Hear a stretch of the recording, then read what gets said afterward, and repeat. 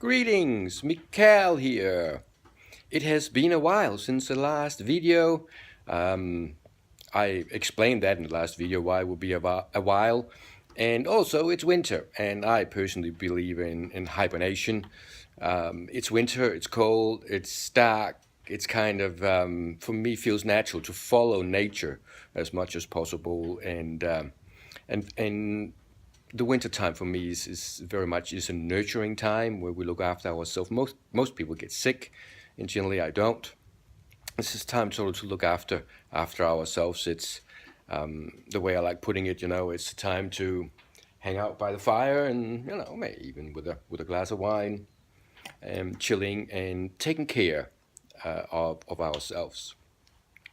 The the other reason I'm back here is because a past client of mine contacted me last week and suggested that I do a video on whose life are we actually living, because that made a big difference to him when we talked about that in the sessions way back in time. So I will start the conversation about that today, and who knows, we might do more videos on that, and please do feel free to comment and suggest things that you would like me to cover in these videos. So whose life is it anyway? And the unfortunate reality is that for most of us, most of the time, we are actually not running our own lives. We are running on kind of autopilot, where we are reacting to everyday situations in accordance with our core beliefs. And our core beliefs are installed in us at an age, at a time where we don't actually have a conscious choice whether we want it or not. So it's right in early childhood and babyhood, where it's not even stored within us in our native language. It's stored in feelings and emotions. And of course, it depends on the people we are around, which is, for most of us, our parents. So it is their beliefs about life that they're not trying to indoctrinate us with by telling us about it, but it's through their actions and the way they are acting and reacting to their life circumstances and to each other as parents that we pick up those signals. And then now we become that, in the sense that it becomes a part of our core beliefs about life, about people, about ourselves in particular. And then the more specific things about money and about relationships and marriage and business and so on. So most of the times when we are reacting and we're about to take some actions in our life, those actions, a lot of the time, is not determined by us as our unique individual deciding what it is we're going to do next, but more so on the core beliefs in our lives. And the reality is that our parents, whatever they installed in us, for better or worse, they didn't go about doing that consciously. They were who they were. And the reason they were who they were because of their parents, and then their parents, and their parents, and so on. And then we can go as far back as you want in history.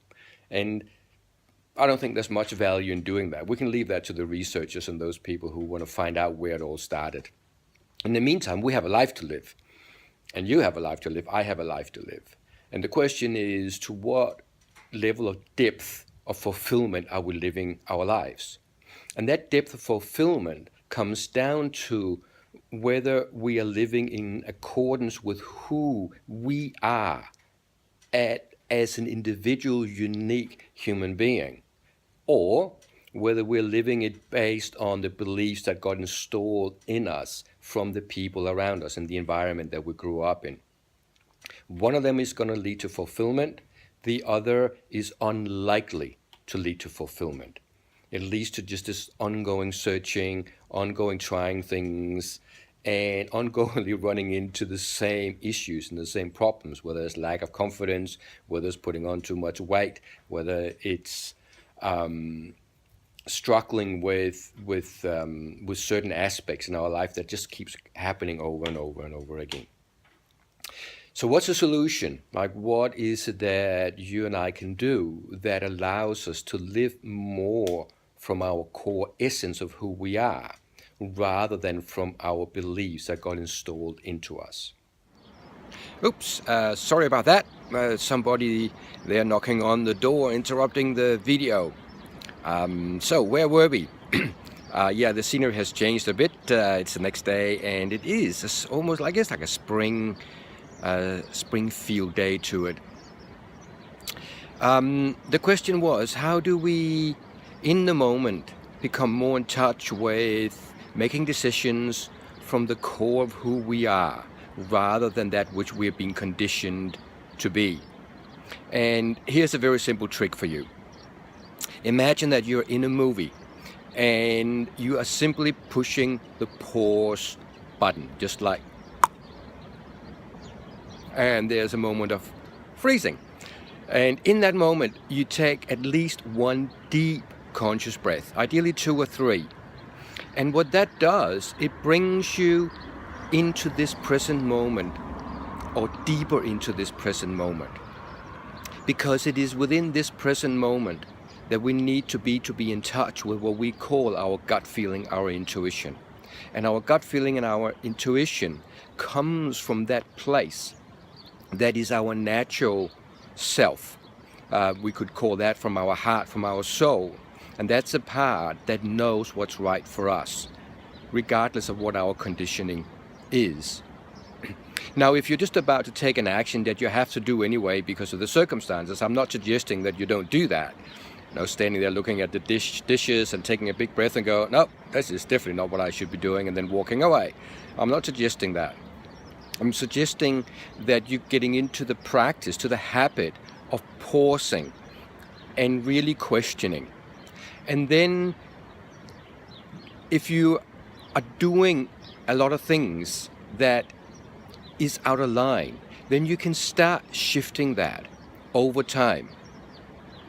So certain bigger things like might be the job you're in or the business you run, and you discover that it might not be the right thing or done in the right way, that's not going to change overnight. Other things can, but many things won't.